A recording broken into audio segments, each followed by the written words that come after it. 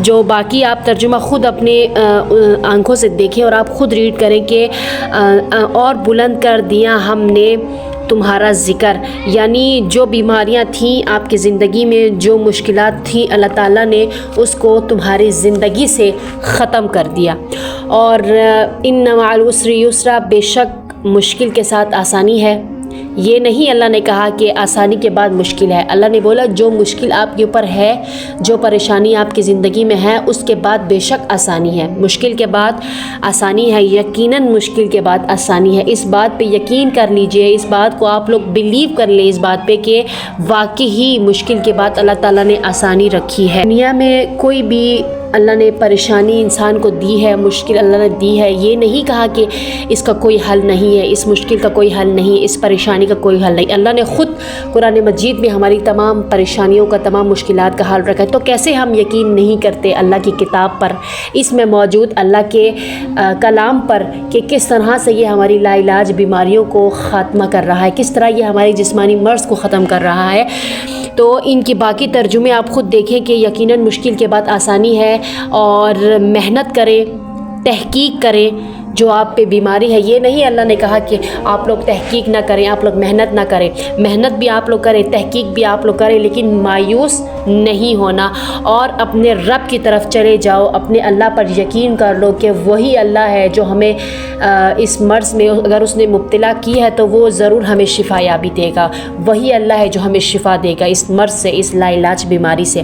تو اللہ تعالیٰ پر یقین کریں، اس کے کلام پر یقین کریں، اور اس کی صورتوں پہ یقین کریں کہ جو سورہ علم نشرہ ہے، یہ بیماری کے لحاظ سے بہت جو ہے نا مجرب صورت ہے۔ اس صورت میں اتنی پر تاثیر ہے، اتنا اس صورت میں پاور ہے، اس صورت کی وائبریشنز اگر آپ کی باڈی میں جائیں گی تو آپ کی جو بیماری ہے، بڑی سے بڑی لا علاج بیماریاں، وہ خود شفا یابی میں تبدیل ہو جائے گی۔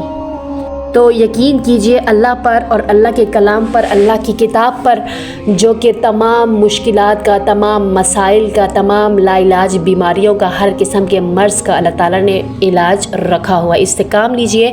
تو سورہ علم نشرہ کی تشریح، اس کا ترجمہ آپ خود ریڈ کریں، آپ کو خود سمجھ آئے گا کہ اس کے کتنے زیادہ فائدے ہیں۔ ٹھیک ہو گیا؟ تو میں آپ کو اس کے عمل کی طریقہ کار بتاؤں گی کہ آپ لوگوں نے اس عمل کو، اس سورہ علم نشرہ کو آپ لوگوں نے کس طرح سے کرنا ہے۔ اس عمل کو آپ لوگوں نے 11 دن کرنا ہے بغیر سکپ کیے۔ 11 دن آپ لوگوں نے اس عمل کو کرنا ہے، اور روزانہ آپ لوگوں نے ایک وقت مخصوص کر لینا ہے۔ کوئی بھی نماز کے بعد آپ لوگوں نے، نماز کے بعد باوضو حالت میں آپ لوگوں نے اس سورت کو 11 مرتبہ پڑھ کے پانی کے گلاس پر دم کر دینا ہے اور مریض کو پلا دینا ہے۔ آپ خود بھی پی سکتے ہیں۔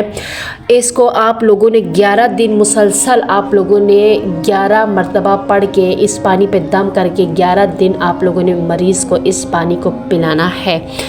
آپ لوگوں نے کوئی بھی دن مس نہیں کرنا۔ اس سے یہ ہوگا کہ آپ کے جسم میں، یعنی آپ کے باڈی کے اندر جتنا بھی آپ کا نظام جو وہ ڈس آرڈر ہوا ہے، تو ان قرآن مجید کی وائبریشن سے، اس صورت کے طاقت سے، وہ تمام جو اعضاء ہیں، وہ تمام جو آپ کی باڈی میں ڈس آرڈر ہوئی چیزیں، وہ آرڈر میں تبدیل ہو جائے گا، بدل جائے گا۔ 11 دن کے اندر آپ کو رزلٹ ملے گا۔ آپ لوگوں نے اس عمل کو کرنا ہے اور آپ لوگ خود اس کا فرق محسوس کریں گے۔ کوشش کیجیے گا، یہ جو عمل ہے میں آپ لوگوں کو بتاتی ہوں، بیماری سے ریلیٹڈ، باقی جو مشکلات سے ریلیٹڈ، مسائل سے ریلیٹڈ، یہ ویڈیوز آپ لوگوں کو بتائیں اور اس ویڈیو کو بھی آگے لوگوں تک شیئر کریں۔ ہمارے ایک شیئر کرنے سے، ہمارے لوگوں کو بتانے سے لوگوں کو فائدہ ہوگا، تو اس کا ثواب ہمیں بھی ملے گا۔ تو آپ لوگوں نے اس عمل کو کرنا ہے۔ سورہ علم نشرہ کی اس قدر فضیلت ہے۔ تو کہا بھی یہ بھی جاتا ہے کہ اگر کسی بچے کا پڑھائی میں دل نہ لگ رہا ہو، اگر وہ پڑھائی میں اس کو سستی ہو، مایوسی ہو، یا اس کا دل نہ لگ رہا ہو، تو 3 دفعہ پڑھ کے اگر اس بچے پہ دم کیا جائے تو اس سے بچے میں کافی اثرات پیدا ہوں گی، یعنی اس کو پڑھائی میں دل بھی لگے گا اور وہ اچھا پڑھنے شروع ہو جائے گا، یہ بھی کہا ہے۔ اور آپ خود سنتے، آپ کو پتہ بھی ہوگا سورہ علم نشرہ کی بہت زیادہ فضیلتیں ہیں، بہت زیادہ اس کے کمالات ہیں۔ تو امید ہے کہ آپ لوگوں کو یہ عمل سمجھ میں آ گیا ہوگا۔ اس کلام پہ یقین کیجیے، اللہ کی اس عمل پہ، اس صورت پہ آپ یقین کیجیے اور یقین کے ساتھ اس عمل کو کیجیے۔ امید ہے کہ آپ لوگوں کو عمل سمجھ میں آ گیا ہوگا، اور ملتے ہیں آپ سے اگلی ویڈیو میں۔ تب تک کے لیے اپنا بہت سارا خیال رکھیے گا۔ اللہ حافظ۔